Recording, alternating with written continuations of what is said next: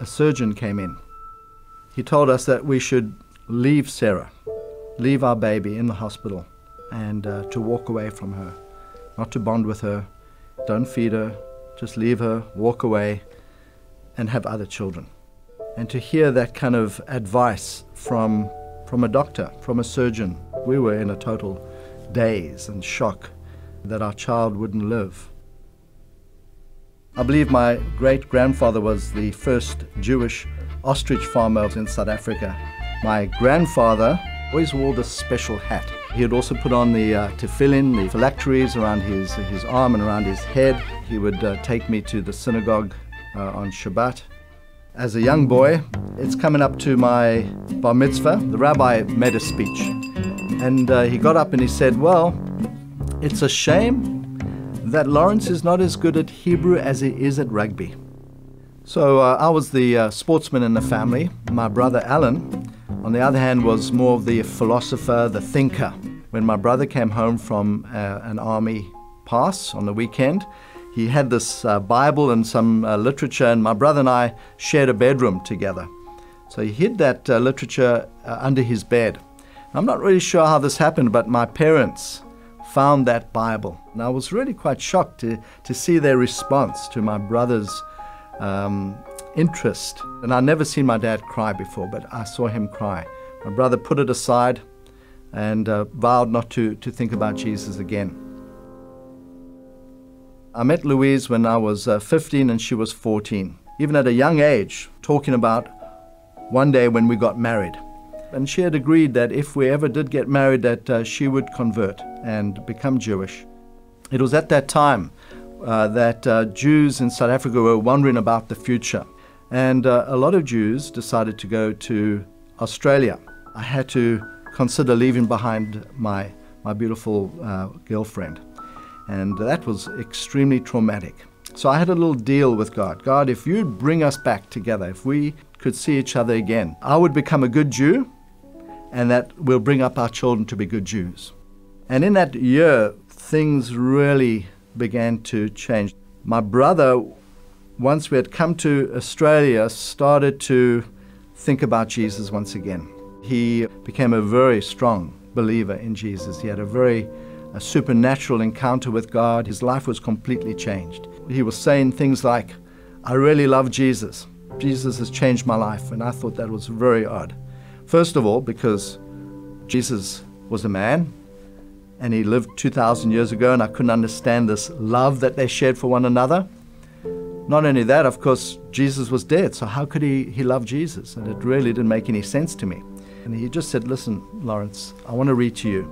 He started to read about this man who had been rejected by his people, who had come to suffer and die for the sins of others, not his own. And after he had read the scripture to me, I said to him, well, that's obviously all about Jesus, and that must be in the New Testament.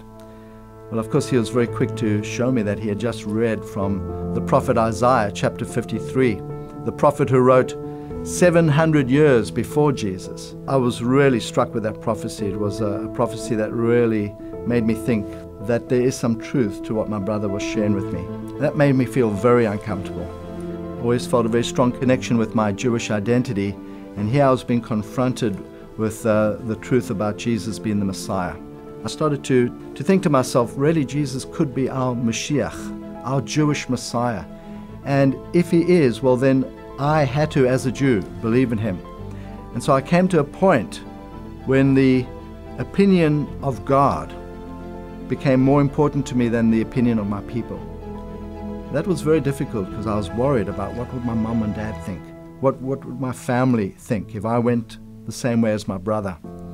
But that night, I prayed to accept Jeschua as my Mashiach. That was the day that my life completely changed. I phoned Louise. She's back in South Africa, and I shared with her, I said, look, Louise, I've got something to tell you, that I pray to accept Jesus as my Messiah. And I was totally shocked at her response. She said, so have I. Louise and I never talked about it, so we didn't really know what was going on behind the scenes. And in that first year, as I was coming closer and considering faith in Jeschua as the Messiah, So Louise was back in South Africa. And we were totally amazed how God kind of entered into our lives, revealed the Messiah to us at the very same time. 7 months later, we got married under a chuppah. In South Africa, Louise became pregnant, and she had a very normal pregnancy. And eventually, Sarah was born. But when Sarah was born, she didn't cry. The doctor had come in to speak to us. And he told us that Sarah was born with no brain. And he said, well, we don't think Sarah will live. She'll probably only live 2 or 3 days, which of course, those words went right over our heads, and we were totally shocked at what we were hearing. And we knew in our hearts, though, that we couldn't just walk away from Sarah. And so we took her home the very next day. And Sarah was very unwell. Louise, as a beautiful mother, was just praying that God, let Sarah live. Let there be a miracle. Let Sarah be healed. I was angry with God in the first couple of years. I had to try and understand, where was God? I knew that Sarah was going to live. And I can't tell you for sure that I was happy about that at first. To my shame, I was really asking God to take her. I didn't really want to go through a difficult time.